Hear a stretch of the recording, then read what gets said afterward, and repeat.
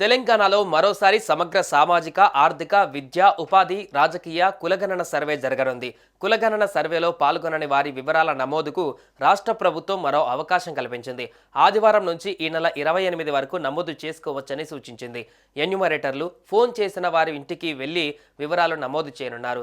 MPDO కార్యాలయం, ward ఆఫీసులకు వెళ్లి కూడా వివరాలు నమోదు చేసుకునే అవకాశం కల్పించినట్లు అధికారులు వెల్లడించారు.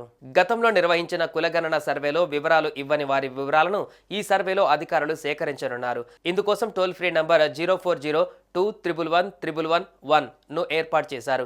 ఈ నెంబర్కు ఫోన్ చేసిన వారి ఇళ్లకు ఎన్యూమరేటర్లు వెళ్లి వివరాలు నమోదు చేసుకుంటారని అధికారులు తెలిపారు. ఆదివారం నుంచి ఈ నెల 28వ తేదీ వరకు ఉదయం 9 గంటల నుంచి సాయంత్రం 5 గంటల వరకు ఫోన్ కాల్స్ చేయాల్సి ఉంటుంది.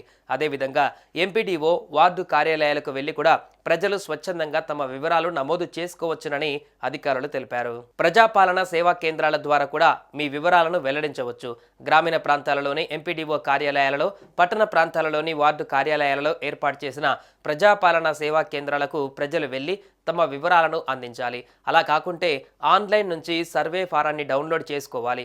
అందులో తమ కుటుంబ వివరాలను నమోదు చేసిన తర్వాత ఆ ఫారాన్ని దగ్గరలోని ప్రజాపాలన కేంద్రంలో సమర్పించాల్సి ఉంటుంది.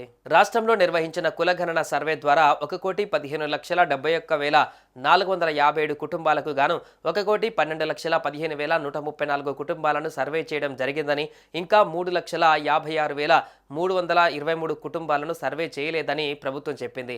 అయితే గతంలో నిర్వహించిన సర్వే సందర్భంగా వివరాలు ఇవ్వని వారు, ఇళ్లకు తాళాలు వేసి వెళ్లిన వారి కోసం ప్రభుత్వం ఆదివారం నుంచి ఈ నెల 28వ తేదీ వరకు సర్వే నిర్వహించనుంది.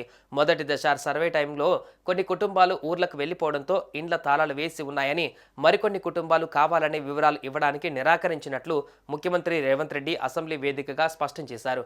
ఈ నేపథ్యంలో సర్వేకు సహకరించకుండా వివరాలు ఇచ్చేందుకు నిరాకరించిన వారికి ప్రభుత్వ సర్వేను ప్రశ్నించే అవకాశమే లేదని అధికారులు తేల్చి చెబుతున్నారు. మొత్తంగా ఈ సర్వే ద్వారా రాష్ట్రంలో 100% జనాభాను కవర్ చేయాలని ప్రభుత్వం లక్ష్యంగా పెట్టుకుంది.